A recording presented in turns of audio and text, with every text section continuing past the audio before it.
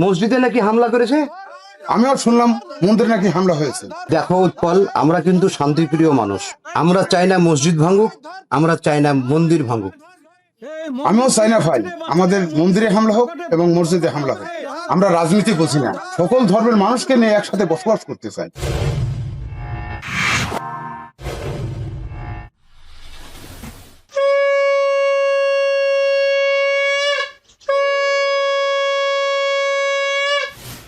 দাদারা চাটা দেবো না শুধু শুধু বসে গল্প করবে? একটা চা খাবো মজিদ ভাই, একটু ধীরে ধীরে খাই।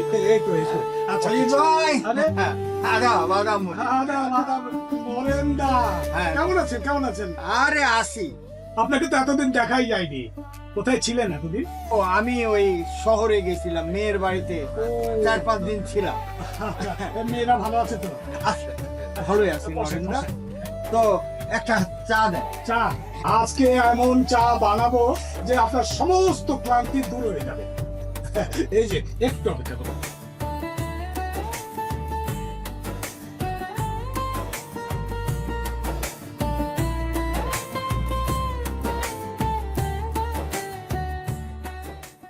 হ্যাঁ মজিদ, চা দে আমাদেরকে দুটো।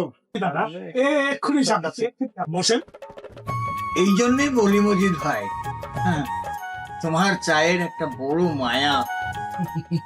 আপনাদের দোয়া। এই নিন।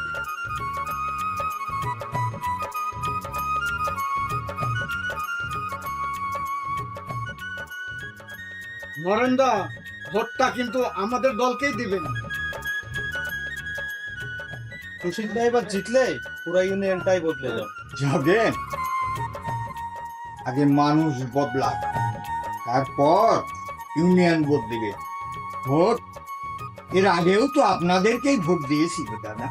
হ্যাঁ মজিদ, এই এলাকায় কিন্তু আমার দলের প্রচার করবি। আমরা গরিব মানুষ দাদা, রাজনীতি বুঝি না, সবাই ভালো থাকলেই ভালো। ভালো থাকতে হলে ক্ষমতার পাশে থাকতে হয়। মজিদ, 4 কাপটা ধর। দাদা বিলটা। এই এলাকায় ব্যবসা করতে হলে টাকা চাবি না, আর টাকা চাইলে এই তোর দোকানটাই থাকবে না, একেবারে উচ্ছেদ হয়ে যাবে। না মানে আমার তো এই প্রতিদিনের যা বেচা কিনা হয় সেই টাকা দিয়ে আমার সংসার চালাই। কাজটা কিন্তু তোমার মোটেই ঠিক হলো। রাজনীতি বোঝেন না নরেন্দা, ক্ষমতা যে কি জিনিস তার সময় হলে একেবারে বুঝে যাবেন। চলেন নেতা, তাহলে যাই, আর কাপটা একটু লাগবে। চল জগেন। মজিদ ভাই, এভাবে ভয় পেলে চলবে না। কি করবো দাদা, গরিব মানুষ, ভাঙার জন্য একটা দোকানে যথেষ্ট। দাদা আপনার মতো মানুষ আছে বলেই পৃথিবীটা এখনো টিকে আছে। দাদা, একদিন ধর্মে নয় মানুষই মানুষ চিনবে, সেই দিন এই দেশ পূর্ণ স্বাধীনতা অর্জন করবে। আসি দাদা।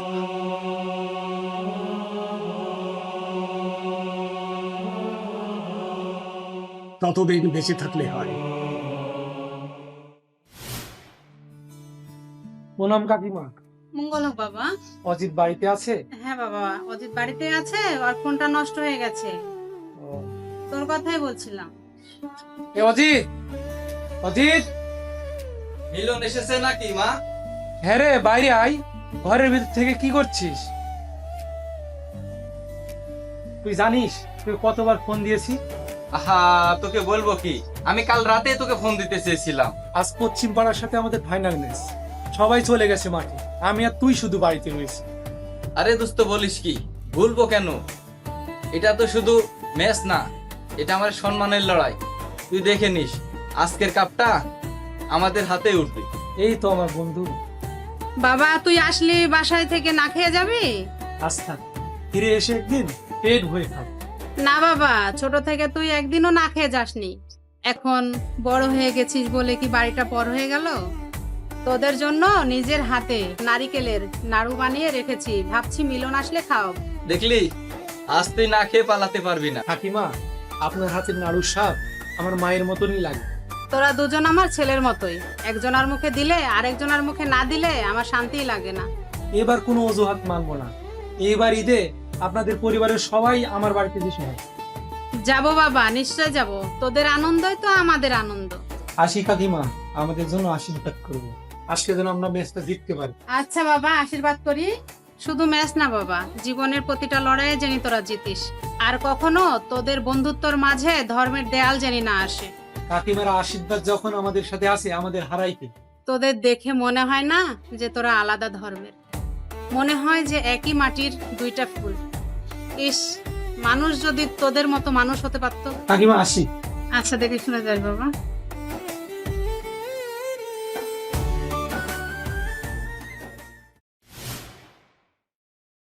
শোন মজিদ, ওগুলো নিয়ে গেলাম। টাকা? টাকা? টাকা নেতার নামে লিখে রাখবি। না না আর আমাদের পার্টির যেগুলো ছেলে পেলে আসবে তাদের তুই ফ্রিতে চা খাওয়াবি। না না, আমি কোনো বাকি দিতে পারবো তুই না। পারলে আমার কিছু ছোট করিস। দোকান দাদা, আমি গরিব মানুষ। এত তুই বড় পারলে অন্যায় কিছু করবেন না। করে নিস। না দাদা দাদা দাদা দাদা।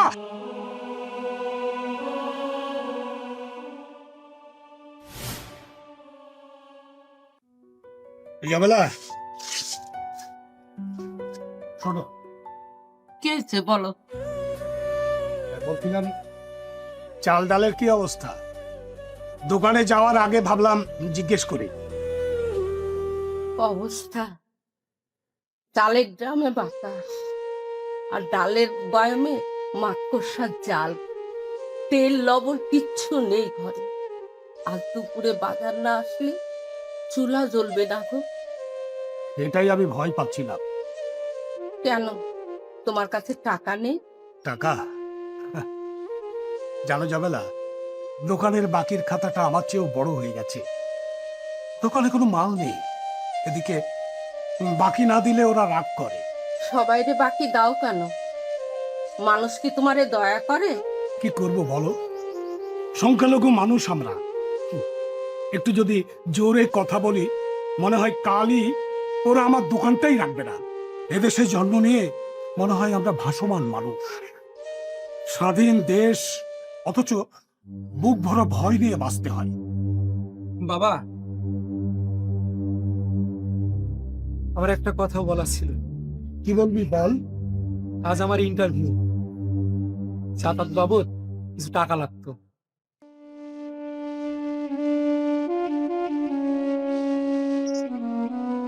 বাবা, এই নে, এখানে 20টা টাকা আছে। এই 20 টাকা দিয়ে তুই তোর স্বপ্ন কিনতে পারবি না? বাবা, তুমি টাকাটা রেখে দাও, আমি চালিয়ে নিব। কেমন?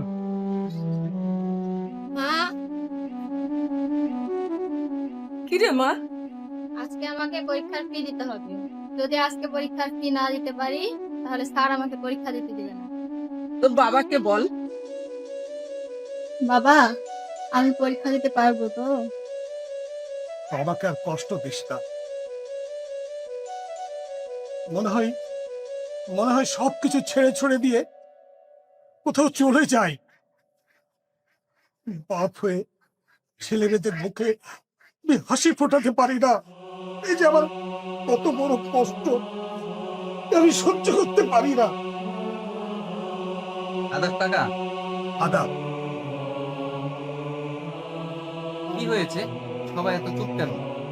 কি আর বলবো বাবা, ঘরে বাজার হাট, খাবার কিচ্ছু নেই। মিলন যে ইন্টারভিউ দিতে যাবে তার গাড়ি ভাড়া পর্যন্ত দিতে পারছি না। ময়নার স্কুলের ফিস পর্যন্ত দিতে পারিনি বাবা। তোমার চাচা বাকি দিতে দিতে দোকান বাড়ি সব ফাঁকা করে ফেলেছে। এখন যে কি করি নিজেই বুঝে উঠতে পারছি না। অজিত, তুমি একটু বসো বাবা, আমি দেখি ওদের জন্য টাকার জোগাড় করতে পারি কিনা। কাকি, আপনি টাকাটা রাখেন। না না বাবা, তো তোমার টাকা আমি নিতে পারবো না। কেন পারবেন না? আমি কি পর মানুষ? আমিও তো আপনার ছেলের মতো। আপনার ছেলের সাথে এই বাড়িতে কত খেয়েছি, থেকেছি, কাকির হাতের কত রান্না খেয়েছি। আর এখন তো আপনার দোকানে গেলে আপনি তো আমার কাছ থেকে 1 টাকাও নেন না, তাহলে সংকোচ কেন? মিলন কি আমার ভাই না? ময়না কি আমার বোন না? আচ্ছা, ধর্ম যদি আলাদা হয়, রক্ত কি কখনো আলাদা হয়? টাকাটা নাও না বাবা, আমি চাকরি পেলে অজিতদের টাকা সবার আগে পরিশোধ করব। দেখ মিলন, তুই টাকা শোধ করার কথা বলিস না, তুই শুধু চাকরিটা পেয়ে নি, তাতে আমি খুশি হব। টাকাটা আপনি রাখেন তো। এমন না, চল তোকে আমি স্কুল পৌঁছাই দিই, চল। আর হ্যাঁ শোন, তোর ইন্টারভিউ শেষ হলে তুই অবশ্যই আমার বাড়িতে চলে আসবি। আচ্ছা ঠিক আছে তোর সাথে কিন্তু জরুরি কথা, অবশ্যই বাবা। আসবি কিন্তু। মা, দুয়ারে।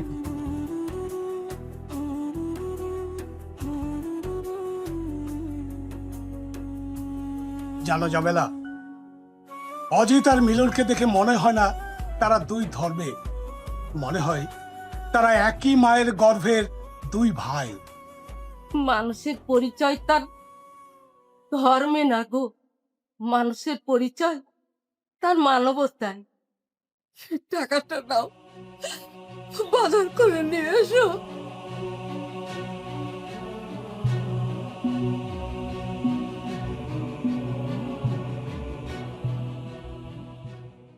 ফিরে জগেন, খবর কি?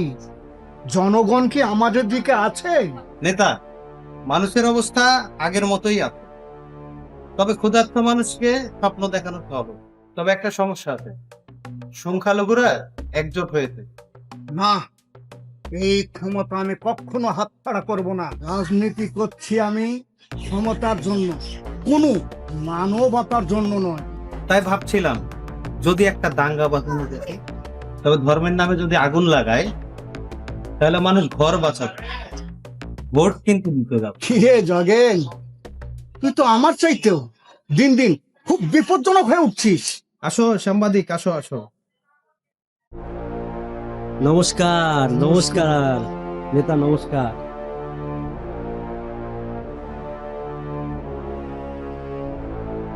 শোষেন, তোমাকে আমার জন্য 2টে নিউজ করতে হবে, কিন্তু পুরোটাই মিথ্যা।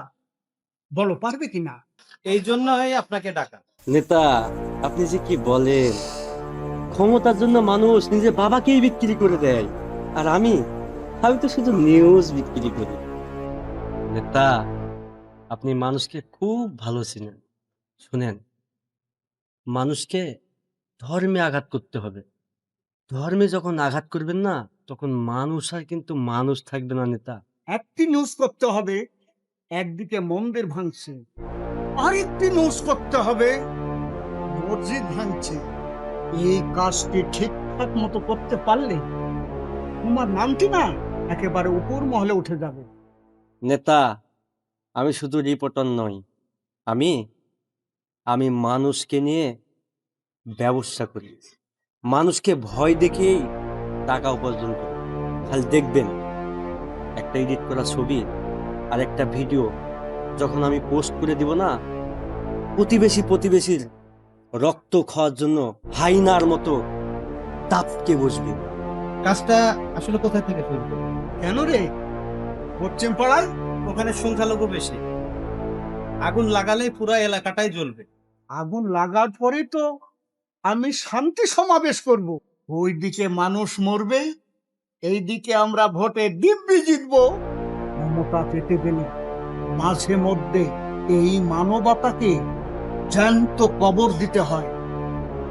নেতা, আপনি চিন্তা করবেন না, যে লাশ পড়বে সেই লাশের ছবি দিয়ে ব্রিফিং নিউজ করে আপনাকে আমি ক্ষমতায় বসিয়ে ছাড়বো।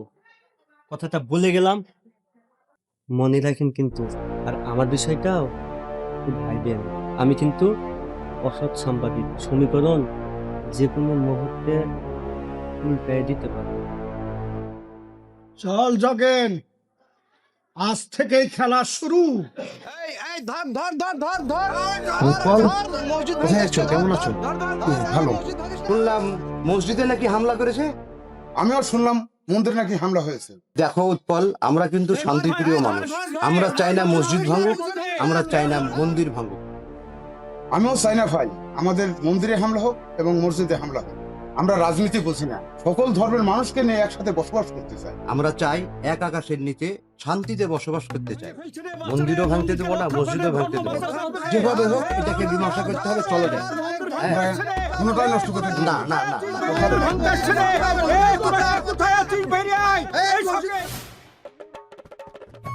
আলাপ কাকা, দাদা, আপনি কি মজিদ চাচা? ওই যে বাজারের মাথায় চায়ের দোকান, আপনার না? হ্যাঁ বাবা, কিন্তু তোমাকে তো আমি ঠিক চিনলাম না। চাচা, আপনি আমাকে ঠিক চিনবেন না। হ্যাঁ, আমি হচ্ছে সুসেন। টমটম পত্রিকা আছে না, টমটম পত্রিকা রিপোর্টার, বুঝছেন? শুনলাম আপনার পাশের যে পাড়া, পশ্চিম পাড়া, সেখানে নাকি মসজিদে হামলার চেষ্টা হয়েছে। এর সাথে কারা কারা জড়িত আছে আপনি কি কিছু জানেন? মানুষের মুখে আমি কিছু শুনলাম, কিন্তু আসল ঘটনা কি তা তো আমি জানি না বাবা। চাচা, এলাকার পরিস্থিতি কিন্তু খুবই খারাপ। ঘটনা যে কোনো সময় ঘটে যেতে পারে, ভয়ঙ্কর ঘটনা ঘটে যেতে পারে। আল্লাহ রক্ষা করুক। আচ্ছা, এমন ঘটনা কে ঘটাতে পারে? আমি অনেক তদন্ত করে গোপন সূত্রে জানতে পেরেছি এই পুরো ঘটনার মূল হোতা নরেনের ছেলে অজিত। কি বলো বাবা, অজিত? না না, এ কথা আমার বিশ্বাস হয় না বাবা। চাচা, বিশ্বাস না হওয়াটাই স্বাভাবিক। আমি গোপন সূত্রে জানতে পেরেছি অজিত আপনার বাড়িতে রেগুলার যাওয়া আসা করে। হ্যাঁ, আপনার ছেলের নাকি বন্ধু। তাছাড়া আপনাকেও তো চাচা বলে ডাকে, তাই না? না বাবা, অজিত তেমন ছেলেই না, সে তো। চাচা, আপনি কিন্তু একটা জিনিস ছাপিয়ে যাচ্ছেন। একবার যদি দাঙ্গা লেগে যায়, তাহলে মানুষ কে দোষী কে নির্দোষ খুঁজে না। বিষয়টা মাথায় রাখবেন, খবরদার। না হলে কিন্তু আপনার ছেলে চরম বিপদে পড়ে যাবে। নমস্কার দাদা। এই নমস্কার নমস্কার। ভালো আছেন তো? হ্যাঁ, ঈশ্বরের কৃপা ভালো আছি। তা কোথায় যাচ্ছেন? কোথায় আর যাবে দাদা? দাদা তো মানুষের কাজেই জীবনটা উৎসর্গ করে দিয়েছে, দিনরাত মানুষের সেবায় নিয়োজিত। সামনে ভোট। সে তো দেখতেই পাচ্ছি দাদা, ভোট আসলেই সাধারণ মানুষের কথা মনে পড়ে যায়। হ্যাঁ, দেশ রক্ষা করার জন্য তাদের সহযোগিতা প্রচন্ড দরকার দাদা। আমাদেরকে একটি সুযোগ দেন এবং পেছন মাথায় ভোট দেন দাদা। দাদা, দেশের যা অবস্থা, ভোট দিতে মাঠে যেতেই পারবো না। আপনাদের এই ভয়ের পিছনে দায়ী কারা দাদা জানেন? আর বললে তো আমাদেরই দোষ দেবেন দাদা। কি হয়েছে আবার? গোপন কথা বলি, শুনলে কিন্তু আপনার গায়ে রক্ত কিন্তু গরম হয়ে যাবে দাদা। কি এমন কথা যে শুনলে গায়ের রক্ত গরম হয়ে যাবে? আপনি তো মুসলমানদের সঙ্গে খুব মেলামেশা করেন, ওই মসজিদের সাথে আত্মীয়তার সম্পর্ক আপনার আছে। তাই হয়তো বললে বিশ্বাস করবেন না, মসজিদের চক্রে তার ছেলে মিলন মন্দির ভাঙ্গার চেষ্টা চালিয়েছে। তা কি আপনি জানেন? কি বলছেন আপনি? মসজিদ এই কাজ করবে?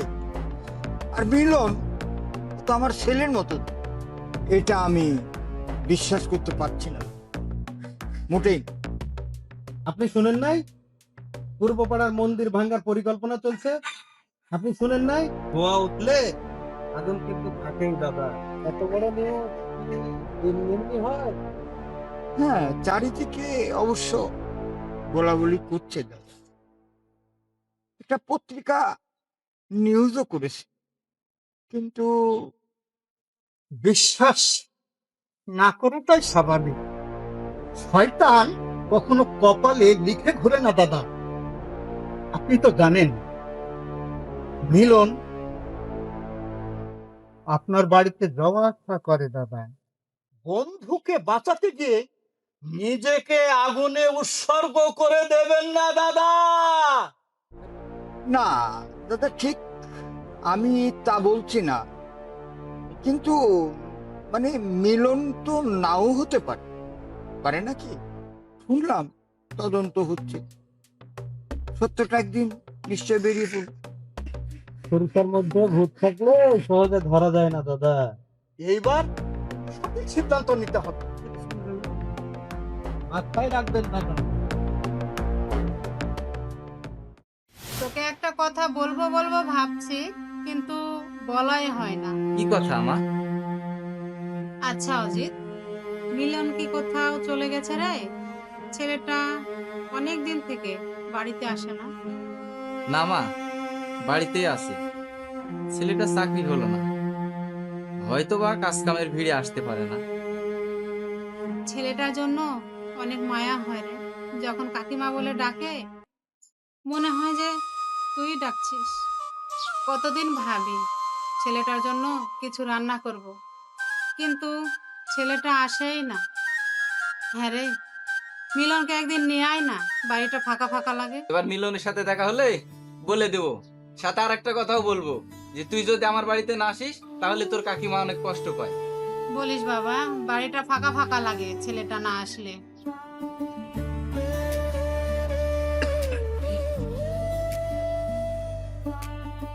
কি গো, কার কথা হচ্ছিল? মিলনের কথা বলছিলাম, অনেকদিন থেকে আসেনি তো। না আসলেই ভালো, বাড়িতে ডেকে এনে মানুষের প্রশ্নের মুখে পড়বে নাকি তুমি? বাবা, মিলন কি করেছে? কেন, কিছু হয়েছে নাকি? তুমি এ কথা বলছো কেন?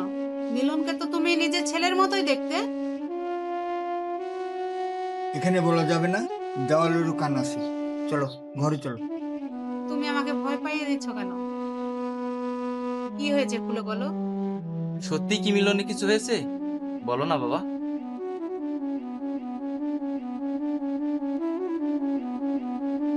ধর ধর ধর ধর ধর ধর ধর, মসজিদ ভাঙতে আসছে, ধর ধর ধর ধর ধর, এই মসজিদ ভাঙিস না, মসজিদ ভাঙিস না, এই মন্দির ভাঙতে আসছে, ধর ধর ধর ধর ধর ধর ধর, এই মসজিদ ভাঙিস না, মসজিদ ভাঙিস না, এই মসজিদ ভাঙিস না, এই ধর্ম রক্ষা করতে হবে রে। এই মন্দির ভাঙে ফেলছে রে বাচ্চা রে, মন্দিরকে রক্ষা করে, ধর্ম বাঁচাতে হবে রে। মন্দির ভাঙতে আসছে রে, এই তোরা কোথায় আছিস, বাইরে আয়।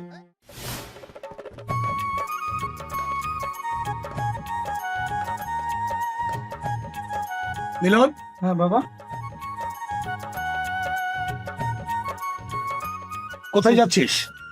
একটু অজিতদের বাড়ির দিকে যাচ্ছি, চাকরির বিষয়ে কিছু কথা ছিল। অজিতদের বাড়িতে তোর যাওয়ার দরকার নেই, আর অজিতও যেন আমাদের বাড়িতে না আসে। মানে হঠাৎ এই কথা বলছো কেন বাবা? সব কেন উত্তর হয় না বাবা, শুধু মনে রাখিস, বাবা মা সন্তানদের কখনো খারাপ চায় না। বাবা, অজিত কি এমন অপরাধ করেছে? সে শুধু আমার বন্ধু না, সে আমার ভাইয়ের মতো। বাবা, এই বাড়ির মানুষ তো অজিতকে নিজের সন্তানের মতো ভাবে। আমি কি করে বলো তার সাথে সম্পর্ক ছিন্ন করি? তুই কি চাস তোদের সম্পর্কের কারণে আমাদের সবাইকে এই গ্রাম ছেড়ে চলে যেতে হয়? এভাবে কথা বলছো কেন? কি করেছে অজিত? মানুষ কানাঘোষা করছে মসজিদ ভাঙার পেছনে নাকি এই অজিতেরও হাত আছে। মিথ্যা, এ কথা মিথ্যা বাবা। অজিত এ কাজ কোনোদিন করতে পারে না। আমি জানি না সত্য কি মিথ্যা কি, তবে এখন মানুষ সত্য মিথ্যা খোঁজে না, সন্দেহ করলেই সব শেষ।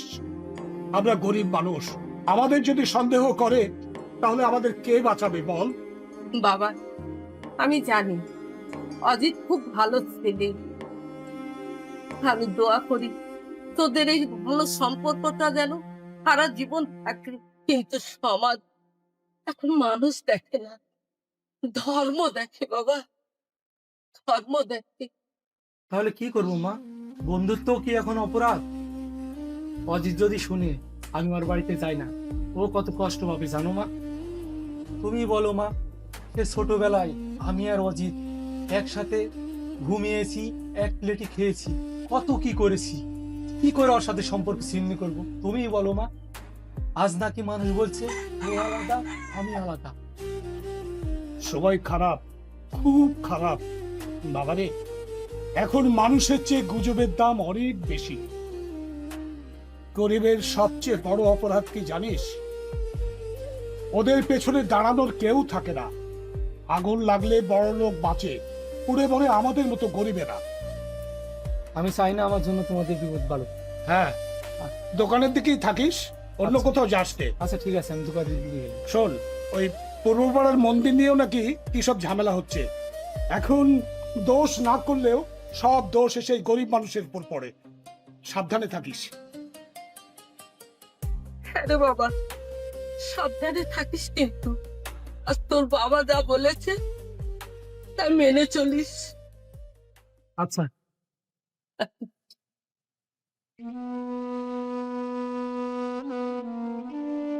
ওগো, এখন কি হবে?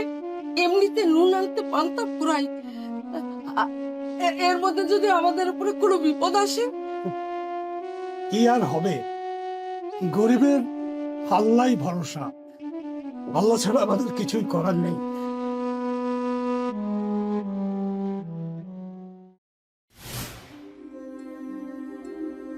তুই এখানে কি করছিস? কেন বাবা, কি হয়েছে? ওই পাড়ার মন্দির নাকি মিলন ভাঙ্গার চেষ্টা করেছে। বাবা, মিলনকে যে করে হোক বাঁচাতে হবে। বাবা, তুমি বাড়ির দিকে তাড়াতাড়ি যাও, আমি মিলনকে সতর্ক করে দিয়ে আসি, সে যেন বাজারে না থাকে। দেখ বাবা, মানুষের জীবনের চেয়ে গুজবের দাম অনেক বেশি। বাবা, আসলে ধর্মটা বিষয় না, আমরা একই মানুষ, একই রক্ত মাংসে গড়া। আমরা সবাই একই আকাশের নিচে বসবাস করি। যে করে হোক বাবা, আমি মিলনকে বাঁচাবই। তুই বাড়ি চলতে বাবা, তাহলে মিলনের কি হবে? মিলন যা হয় তাই হবে, তুই বাড়ি চলতে। জিতে গেছে, জিতে গেছে, জিতে গেছে, জিতে গেছে, আমার কাজ জিতে গেছে, জিতে গেছে, জিতে গেছে, আমার কাজ জিতে গেছে, জিতে গেছে, জিতে গেছে। হ্যাঁ মজি, শোন এদিকে আস। আদাব আদাব। মজিদ একটু কাছে আয়, কাছে আয় মজিদ। তুই একদিন আমাকে অপমান করেছিলি না? দাদা, আমার ভুল হয়ে গেছে, মাফ করে দিন। তোর দোকানেও একদিন মাল নিয়ে ঝামেলা করেছিলি তুই আমার সাথে। দাদা, জগেন, বিষয়টা আমাকে ভাবতে দে। শোন মজিদ, মাত্র 2 দিন টাইম দিলাম। 2 দিনের মধ্যে এই এলাকা থেকে উচ্ছেদ হবি, কথাটা মাথায় রাখিস। এই, চল জগেন। জিতে গেছে, জিতে গেছে, আমার কাজ গেছে, আমার কাজ।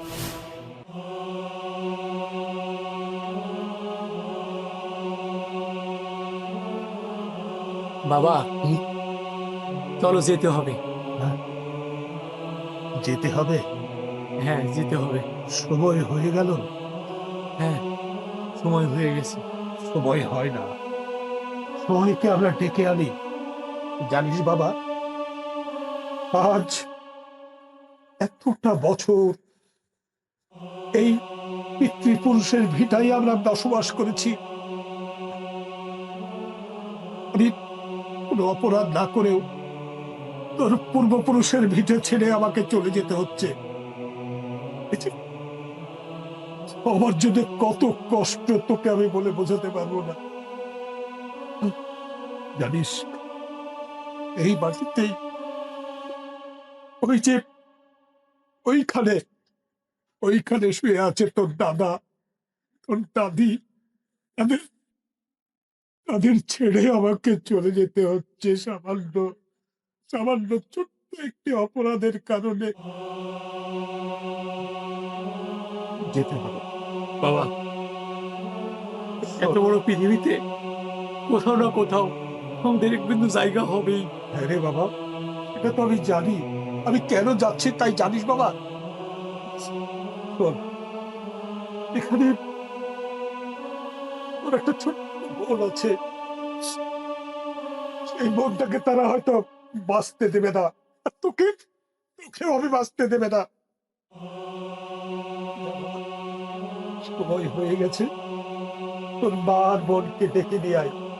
মা, মাগো, মা, ময়না, তাড়াতাড়ি বের হতো না। চলো মা চলো, আমাদের হাতে আর সময় নেই।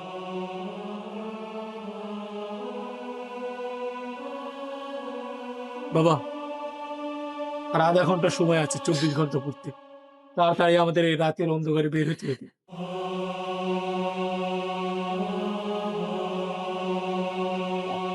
চলো।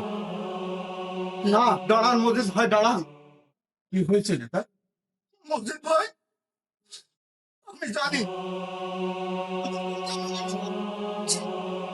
আমি ক্ষমতার লোভে পড়ে মানুষ থেকে জানোয়ার হয়ে গেছে মজিদ ভাই। আমার একটি মাত্র ছেলে আজ হাসপাতালে ভর্তি, মৃত্যুর যন্ত্রণায় ছটপট ছটপট করছে রক্তের জন্য। আপনার তো অনেক ক্ষমতা, এক ব্যাগ রক্ত আপনি জোগাড় করতে পারবেন না? এত জায়গা ঘুরলাম, এত জনকে টাকা দিতে চালাম, এই গ্রুপে রক্ত কোথাও পেলাম না মজিদ ভাই। আমাকে আমাকে অজিত বলল আমার ছেলের রক্তের গ্রুপ আর আপনার ছেলের রক্তের গ্রুপ একই মজিদ ভাই। এটা আমার জাত ভিন্ন, আপনার জাতের সঙ্গে তো আমার জাত মিলবে না। জাত বলছেন তো, জাতের বিচার করার সময় এখন নেই। না নেতা, আমাদের হাতে মাত্র 30টা মিনিট সময় আছে। এর মধ্যে এই বাড়ি ছেড়ে, এই এলাকা ছেড়ে, এই দেশ ছেড়ে আমরা চলে যাব। না, না মজিদ ভাই, কোথাও যাবেন না। মানে কি? তা কি করে হয়? আমরা তো সংখ্যালঘু। এই এই মাটিতে আপনার জন্ম, এই দেশের হওয়া বাতাস খেয়ে আপনি বড় হয়েছে, আপনার সন্তানেরা বেড়ে উঠেছে, এটাই আপনার জন্মভূমি। আমি অন্যায় করেছি ভাই, আমি অন্যায় করেছি মজিদ ভাই। এই শাস্তি ভগবান আমাকে নিজ হাতে দিয়েছে। বাবা, এটা তো মানবতার ব্যাপার, আর আমাদের হাতে তো 30 মিনিট সময় আছে। এক ব্যাগ রক্ত দিয়ে আমরা না হলে চলে যাবো, এতে সুশীল কাকা ছেলে বেঁচে যাবে। বাবা রে, তুই তো ঠিকই বলেছিস, আমিও তো একটা মা। আমি আরেকটা সন্তানকে ফেলে রেখে কিভাবে যাই তুই বল? আমি মা হয়ে এই কাজ করতে পারবো না বাবা। বাবা, বাবা, আমরা অন্যায় করেছি, তোমরা কোথাও যাবে না। আমি না আমার ভুল বুঝতে পেরেছি বাবা। বাবা, আমাদের ধর্ম আলাদা হলেও আমরা সবাই মানুষ, আমাদের রক্তের রং এক। সবচাইতে বড় ধর্মই হলো মানব ধর্ম। আমাদের সৃষ্টিকর্তা ওই একজনই। পৃথিবীতে হয়তো ভিন্ন ভিন্ন জায়গায় আছি আমরা, মৃত্যুর পরে ঠিকানা আমাদের সবার একটাই। তাই আমরা এই একই আকাশের নিচে সবাই মিলে সুখে শান্তিতে বসবাস করতে চাই। শুধু থাকবে মানুষের মানবতা। বাবা, চলো তাড়াতাড়ি চলো, আমরা দেরি না করে সুশীল কাকার ছেলেকে রক্ত দিয়ে জীবন বাঁচাই। চলো। সত্যি আজকে মানবতার কাছে হেরে গেল ক্ষমতা।